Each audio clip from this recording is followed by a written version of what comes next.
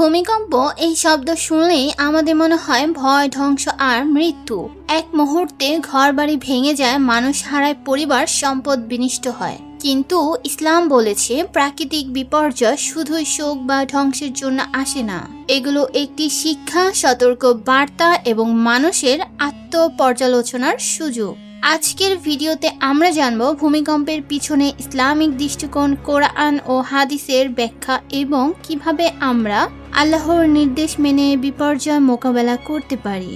মানুষ প্রাকৃতিক ঘটনা অনেক সময় কেবল দৈব অঘটন মনে করে, কিন্তু কোরআন স্পষ্টভাবে বলে যে পৃথিবী ও এর সব প্রাকৃতিক ঘটনা আল্লাহর নিয়ন্ত্রণে। সূরা জুমার আয়াত 21-22। দেখো, পৃথিবী কেঁপে ওঠে যখন আমরা মানুষকে মনে করাই। এটি বোঝায় যে ভূমিকম্প শুধু ভূগোল বা টেকটোনিক প্লেটের আন্দোলন নয়, এটি আল্লাহর নিয়মের অংশ, মানুষকে সতর্ক করার, তার পথভ্রষ্টতা মনে করানোর একটি মাধ্যম। আরেকটি সূরা আল ইমরান আয়াত 140। যখন কোনো বিপদ আসে তখন মানুষকে স্মরণ করানো হয় এবং যারা মানুষকে ভয় করে তারা শিক্ষা গ্রহণ করে। অর্থাৎ ভূমিকম্প, ঝড়, বন্যা সবই মানুষকে পাপ থেকে ফেরানোর ও তওবা করার সুযোগ দেয়। হাদিসে বলা আছে, নবী মুহাম্মদ সাল্লাল্লাহু আলাইহি ওয়াসাল্লাম বলেছেন, প্রাকৃতিক দুর্যোগগুলো মানুষকে তার পাপ থেকে ফিরে আসার বার্তা দেয়। এই বার্তা আমাদের শেখায় ভয়ঙ্কর ঘটনা মানেই আল্লাহর কাছে ফিরে যাওয়ার ডাক। যারা এগুলোকে শুধুই দৈব দুর্যোগ মনে করে তারা ভুল করে। নবী সাল্লাল্লাহু আলাইহি ওয়াসাল্লামের যুগেও ভূমি কেঁপে যাওয়া বা ঝড় দেখা যেত। তখন মানুষ ধৈর্য, প্রার্থনা ও সাহায্যের মাধ্যমে বিপর্যয় মোকাবেলা করত। এটাই আমাদের জন্য আজকের যুগেও শিক্ষা। প্রাকৃতিক বিপর্যয় মানে আতঙ্ক নয়, সতর্কতার সুযোগ।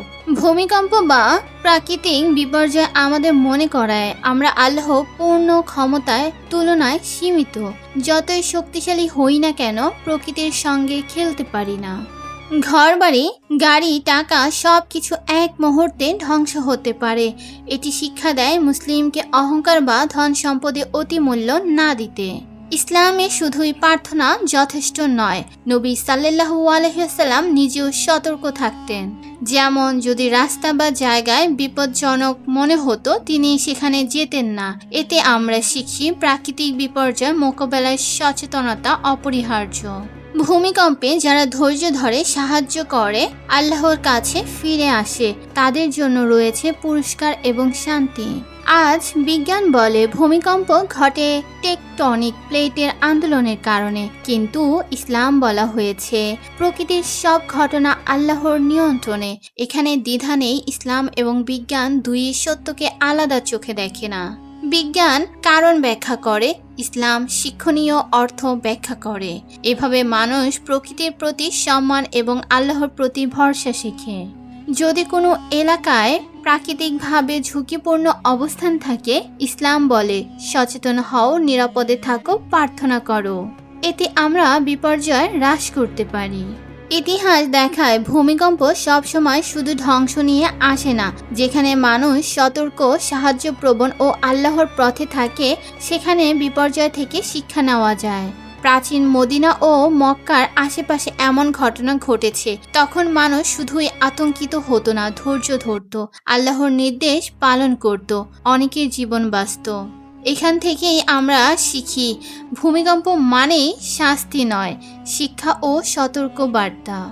ভূমিকম্প শুধু ধ্বংস নয়, এটি একটি সতর্ক বার্তা, মানুষের সীমাবদ্ধতা বোঝার সুযোগ, আত্মপর্যালোচনা সুযোগ। ইসলাম শেখায় প্রার্থনা করো, সতর্ক থাকো, সাহায্য করো, ধৈর্য ধরো। আজ থেকেই নিজেকে এবং পরিবারকে প্রস্তুত রাখেন। ভূমিকম্পের ভয় নয়, শান্তি, প্রস্তুতি ও আল্লাহর বিশ্বাসী আমাদের সুরক্ষা। ভিডিওটি ভালো লাগলে লাইক, শেয়ার এবং সাবস্ক্রাইব করতে ভুলবেন না। আর কমেন্টে লিখে জানিয়ে দিন আপনি কি প্রস্তুত ভূমিকম্প মোকাবেলায়।